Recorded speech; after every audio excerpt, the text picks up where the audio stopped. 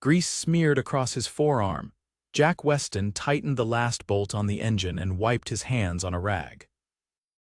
The scent of motor oil clung to the air, but it was a welcome change from the suffocating smell of expensive cologne and leather interior he was used to. Here in this small-town auto shop, no one knew who he really was. No flashing cameras, no board meetings, no trust fund socialites chasing his name.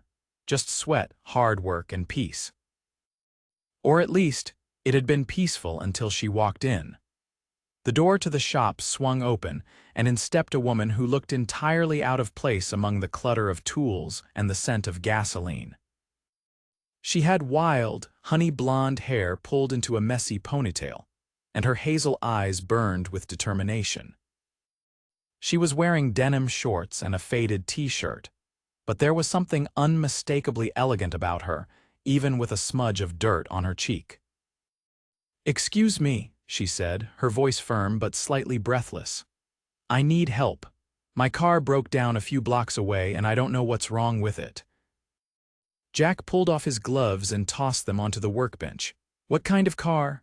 "A '98 Corolla," she admitted, crossing her arms. Yeah, laugh it up.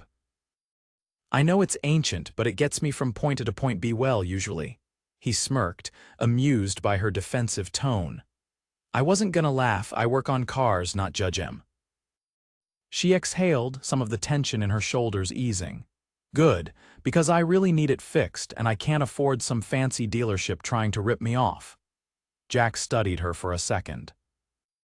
She wasn't like the women he was used to, those who draped themselves in designer dresses and expected everything handed to them on a silver platter. There was a fire in her, a kind of resilience he respected. "All right," he said, grabbing his toolbox, "show me where it is." By the time they reached her car, the sun was beginning to set, casting a golden glow over the quiet street. Jack popped the hood and took a quick look. "Your alternator's shot," he said after a moment. "It's not a quick fix, but I can get it done by tomorrow," she groaned. "Tomorrow, I need it for work in the morning."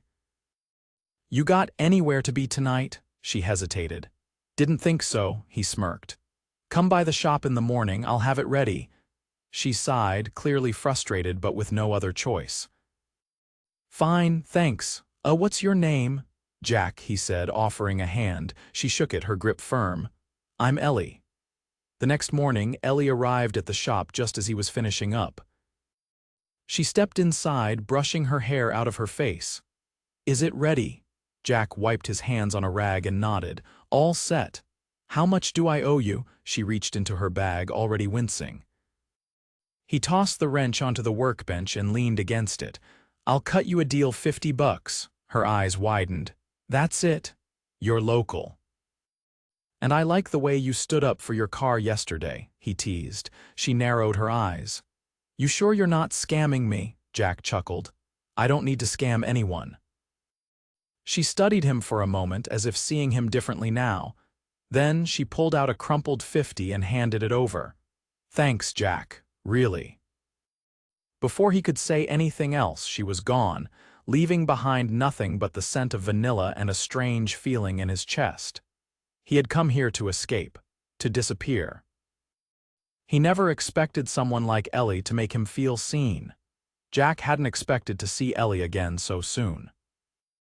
But 3 days after fixing her car, she was back, this time standing in the doorway of the shop, hands on her hips, eyes flashing with frustration. Jack straightened from under the hood of a Mustang, wiping his hands on a rag before arching a brow at her. "Ellie, you rigged my car," she accused, storming inside. That caught him off guard. "Excuse me?" She stopped in front of him, close enough that he could see the faint dusting of freckles across her nose. "I was driving to work and it died. Again, same issue." "Either you scammed me or you did a terrible job." Jack crossed his arms, amusement flickering in his gaze. "I don't scam people and I don't do terrible work." "Did you check the battery connections?" She faltered for half a second. "The what?" he sighed, setting the rag down. "Let me guess you didn't check anything, just assumed I was the problem." Ellie's lips pressed into a thin line. Maybe, Jack shook his head, suppressing a smile. Pop the hood. Let's see what's going on. Out in the lot, he leaned over the engine while Ellie hovered beside him, arms crossed. Within moments, he spotted the issue, a corroded battery terminal that had likely been loose for months. This, he gestured, is the real problem, not me. Ellie peeked over his shoulder. So? Not your fault. Nope, she exhaled, shoulders sagging. Okay, fine, I might have jumped to conclusions. Little bit, she groaned. I'll make it up to you, coffee. As an apology for accusing you of being a fraud. Jack glanced at her, surprised. He hadn't expected an apology, let alone an invitation. All right, he said. I'll take coffee. They ended up at a small cafe down the street, tucked into a corner booth by the window. Ellie stirred her drink absent-mindedly before looking up. So what's your story? Jack sipped his black coffee. What do you mean? You just don't seem like the typical mechanic. He kept his expression neutral. And what does that mean? She shrugged. I don't know, you don't talk like one or act like one, and you definitely don't look like one. Jack smirked. Are you stereotyping mechanics? No, just you. He chuckled but didn't answer, instead taking another sip. He wasn't ready to tell her who he really was. Not yet. Ellie tapped her fingers against the table. All right, mystery man, keep your secrets, but I'll figure you out eventually. Something about the way she said it sent a strange warmth through him. He wasn't used to people wanting to know him, the real him. But Ellie, she was determined. And for the first time in a long while, Jack wasn't sure if he wanted to run from that. Jack didn't know how it happened, but Ellie had become a part of his life before he even had time to question it. She showed up at the shop more often now, sometimes claiming she needed an oil change, other times just appearing with 2 cups of coffee like it was the most natural thing in the world. He didn't stop her. Couldn't. She was different from anyone he'd ever met. She didn't care about status, money, or appearances. She didn't pry into his past, didn't ask why he never talked about where he came from. Instead, she told him about her own life, her struggles, her dreams, her frustrations about working 2 jobs just to make ends meet. And somehow, without meaning to, Jack found himself wanting to tell her everything, but he couldn't. Not yet. One evening after the shop had closed, Ellie convinced him to go for a drive. She said she wanted to show him something. He didn't question it, just got into her old Corolla and let her take the lead. They drove out of town, the streets giving way to open fields and winding roads. The sky had turned a soft shade of violet, the last traces of daylight fading beyond the horizon. Eventually, she pulled off onto a narrow dirt road, stopping near a run-down barn. Jack glanced at her. You bring all your mechanics to abandoned barns, Ellie laughed, unbuckling her seatbelt. Just the ones who agree to free coffee. He followed her out, hands in his pockets as she led him inside. The barn smelled of dust and aged wood, the air thick with the scent of hay. In the center, beneath a massive hole in the roof, the stars stretched endlessly above them. Ellie turned to him, her eyes glowing in the dim light. I used to come here as a kid. My dad would bring me when I was upset about something. He said looking at the stars made problems feel smaller. Jack tilted his head back, taking in the sky. He wasn't sure if it made his problems feel smaller, but for the first time in a long time they felt distant.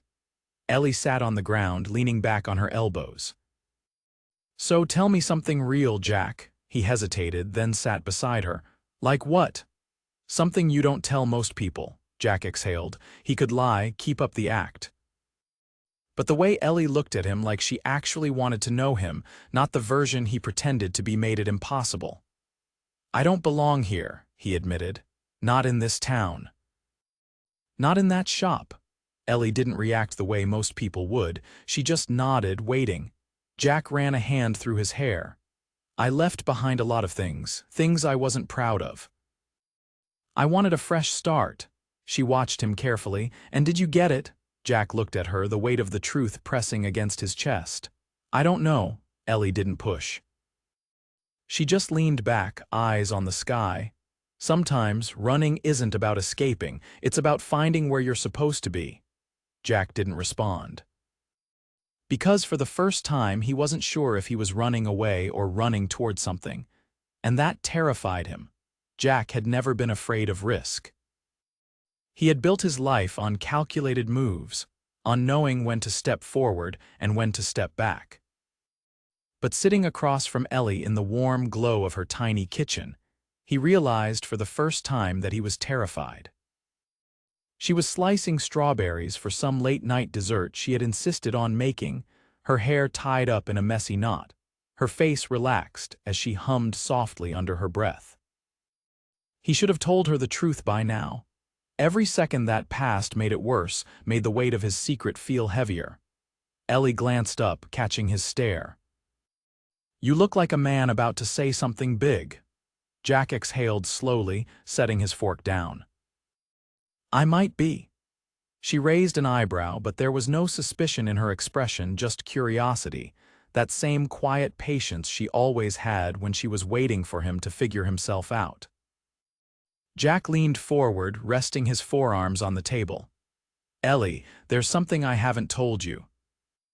Something I should have told you a long time ago. She set the knife down, wiping her hands on a dish towel. Okay, he hesitated, the words catching in his throat. The truth had never felt this difficult before. I'm not just a mechanic. A small smile tugged at the corner of her lips. Yeah, I figured, Jack blinked. You did, Ellie shrugged. You don't talk like someone who's spent his whole life under a hood, and you definitely don't act like someone who's struggling to make ends meet. He laughed, but there was no humor in it. I didn't realize I was that obvious. You weren't, she admitted, but I pay attention. Jack ran a hand through his hair, his heart pounding. Ellie, I come from money, a lot of it. My family runs Weston Industries. For the first time, she looked genuinely surprised. Weston Industries? As in the multi-billion-dollar corporation, he nodded, and I was supposed to take over. But I didn't want that life. I didn't want the cameras, the boardrooms, the expectations. So I left, came here. Tried to be something else. Ellie was quiet for a long moment, her fingers tracing the edge of the table. When she finally spoke, her voice was soft. So, what are you saying? That this, she gestured between them, was just part of some escape plan. Jack's stomach twisted. No. Ellie, you're the only real thing I've found in all of this. She held his gaze, searching his face. Then why didn't you tell me sooner? Because I was afraid, he admitted. Afraid you'd see me differently. Afraid you'd think I was lying to you about who I am. Ellie shook her head, standing up and pacing to the other side of the kitchen. She grabbed onto the counter, her knuckles turning white. You weren't lying about who you are, Jack. You were lying about where you came from. He stood too, crossing the room to her. I know. And I hate that. I hate that I let this go so long without telling you. She turned to face him, her hazel eyes filled with emotions he couldn't quite read.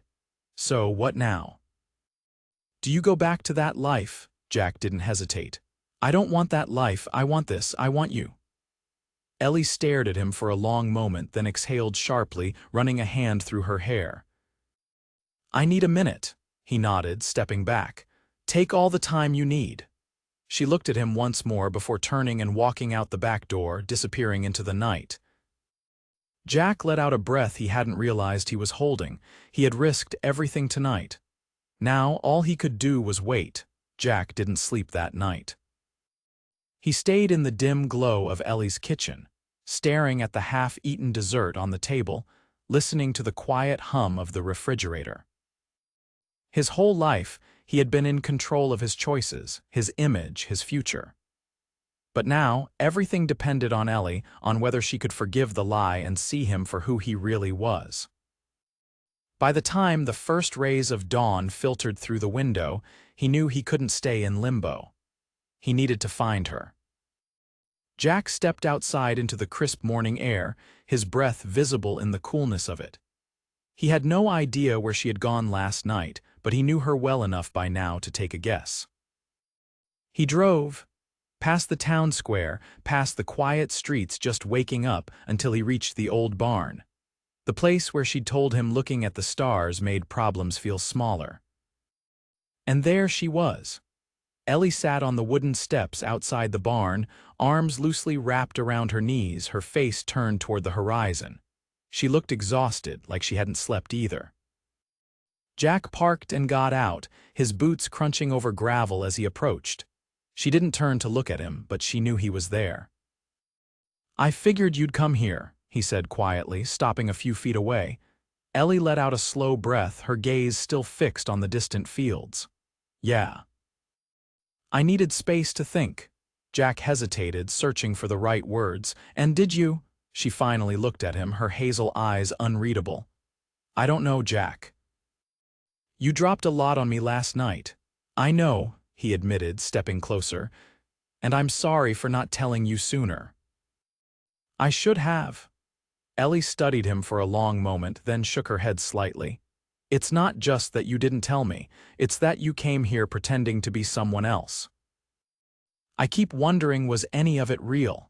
Jack crouched in front of her, leveling their gazes. "Ellie, everything was real. Every moment, every conversation, every time you walked into that shop and made my day better without even knowing it.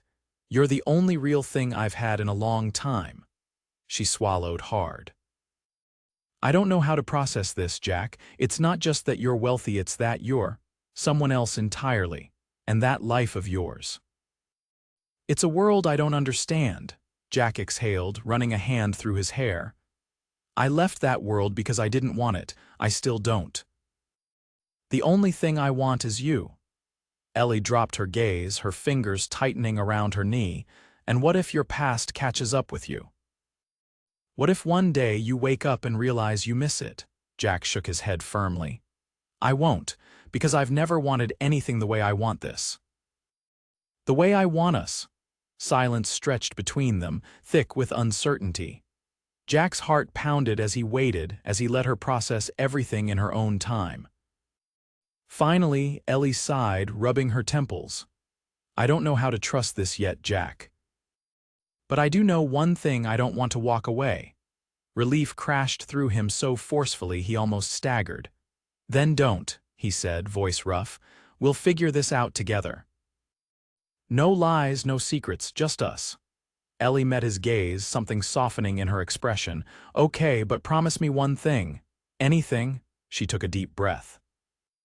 "Promise me that no matter what happens, you'll always be honest with me." Jack reached for her hand, threading their fingers together. "I swear it, Ellie." And for the first time in his life, Jack Weston knew exactly where he belonged. Jack didn't let go of Ellie's hand as they walked back to the car.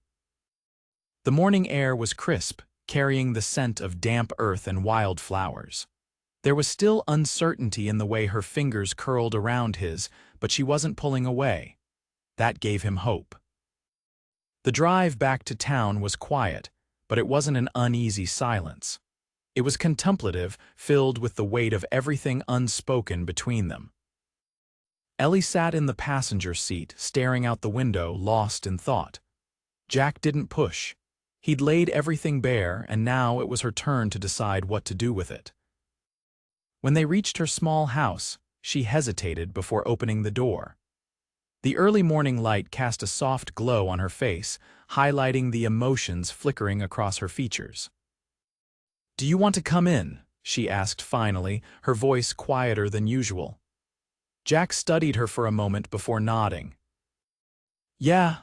Inside, the air was warm and familiar, carrying traces of vanilla and coffee. Jack had been here before, but this time, everything felt different. The weight of his truth lingered between them, reshaping the foundation of whatever they had built. Ellie moved to the kitchen, reaching for the coffee pot. Her movements were slower than usual, as if she was still processing everything. Jack leaned against the counter, watching her. "You don't have to have all the answers right now," he said after a moment. "I just need to know if you're willing to try."